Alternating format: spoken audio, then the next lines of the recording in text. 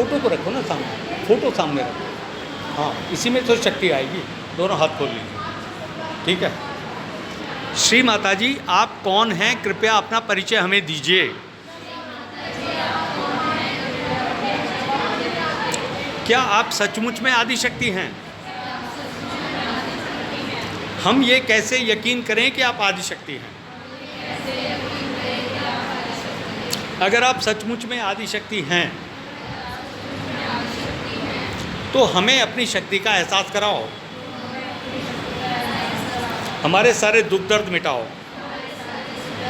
हमारी पढ़ाई की मुश्किलें हल करो, हमारे परिवार की, घर परिवार की समस्याएं हल करो, हमारे विद्यालय की मुश्किलें हल करो, और हमारे तन मन धन को पवित्र कर दो। हमें एक ऐसा जीवन दो जिसमें दुख दर्द ना हो, जो आनंद और प्रेम से भरा हो, सुख और शांति से भरा हो। हमें एक ऐसा दिव्य जीवन दो और इस मानव जीवन के सभी कष्टों से हमें मुक्ति दे दो। ये प्रार्थनाएं आपने कर ली। उसके साथ एक प्रार्थना और कि हमें ईश्वरीय ज्ञान दो। इतनी प्रार्थना करने के बाद अब फोटो ने सुन लिया, ये आपको बोल के बताना है। ये सुनती भी है, बोलती है, फिर जवाब देगी।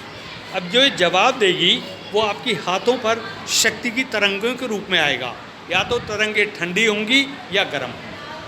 तो आपके शरीर के जो जो हिस्से पवित्र हैं उनमें तो ठंडी हवा महसूस होगी, और जिन हिस्सों में तकलीफ़ है वहाँ पे आपको गर्म वाइब्रेशंस आएंगे, और जिनमें जो अंग खराब हो चुके हैं उनमें शक्ति आएगी ही नहीं।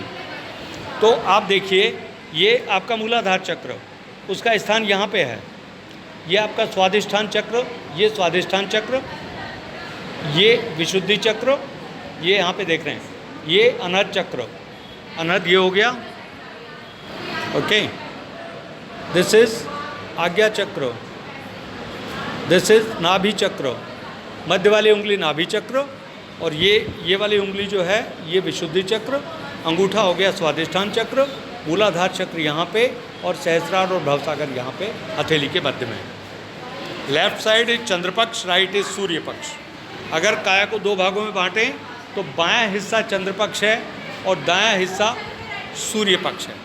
तो अगर जब बालक जन्म लेता है तो या तो वो दिन में जन्म लेता है या रात्रि काल में। यस, जो एक मध्यांतर में 12 बजे पैदा होते हैं तो उस समय सूर्य पूरे आवेग के साथ पृथ्वी को छू रहा है। तो ऐसे जो बालक होते हैं, विशेष रूप से मकर संक्रांति के दिन जो बालक पैदा होते हैं 14 जनवरी को, बहुत दिव्य होते हैं। तो दिव्यता का पैमाना क्या है कि या तो चंद्र पक्ष में लाइट आ रही होगी या सूर्य पक्ष में। तो आपको जो हाथों में तरंग आएगी तो वो ये इंगित करेगी कि आपके बाएं हाथ में वाइब्रेशन ज़्यादा हैं या दाएं में ज़्यादा है। तो आपको अपने हाथों पे पता चलेगा कि चंद्र पक्ष मजबूत है या सूर्य पक्ष मजबूत है। कुछ कन्याएं ऐसी भी होंगी जिनके दोनों हाथों में बराबर वाइब्रेशंस आ रहे हैं। वाइब्रेशंस इस फोटो में से निकलेंगे इलेक्ट्रोमैग्नेटिक करंट के रूप में, विद्युत चुंबकीय ऊर्जा के रूप में। ये शक्ति प्रकाश देगी आपको, जो आपके हाथों की उंगलियों पर महसूस होगा, और उससे फिर आपकी दिशा निर्धारित होगी कि शरीर में कहाँ कहाँ पे तकलीफ़ है। फिर धीरे धीरे वो पवित्र करेगी उसको। धीरे धीरे आपकी काया बिना दवाई के ठीक होती जाएगी, आपको हॉस्पिटल जाने की भी ज़रूरत नहीं पड़ेगी। ऐसा चमत्कार होगा जैसे जैसे आप मेडिटेशन में आगे बढ़ते जाएंगे। साइटों के पते दिए हुए हैं, नंबर दिए हुए हैं। लेफ़्ट साइड का पहला मेरा नंबर है, लेफ़्ट साइड का 9990। शीतला कॉलोनी में मेडिटेशन होता है। एक विद्यालय हमने गोद लिया हुआ है, सुखराली का विद्यालय, वहाँ पे सायंकाल में रविवार को मेडिटेशन होता है। शीतला कॉलोनी का राजकीय शीतला कॉलोनी में तो माता मंदिर था। हाँ, तो वहाँ पे बोर्ड लगा हुआ था, अभी तो बोर्ड हट गया है। वहाँ पे आप सैटरडे को शाम को आइए। इस्लामिक बालकों के लिए हम अलग से कुरान के संदर्भ में एक प्रोग्राम आयोजित करेंगे। हाँ, तो वहाँ मेडिटेशन सेंटर है ना, माता का फ़ोटो लगा हुआ है वहाँ। हाँ, तो आप कभी जितने इस्लामिक कन्या इकट्ठी होकर आएँ, हम आपको सारा समझाएंगे। अभी क्योंकि इस्लामिक लोगों का जो निराकार का कॉन्सेप्ट है कि ईश्वर साकार में नहीं आता। अगर ईश्वर साकार में नहीं आएगा तो मनुष्य का मार्गदर्शन कौन करेगा?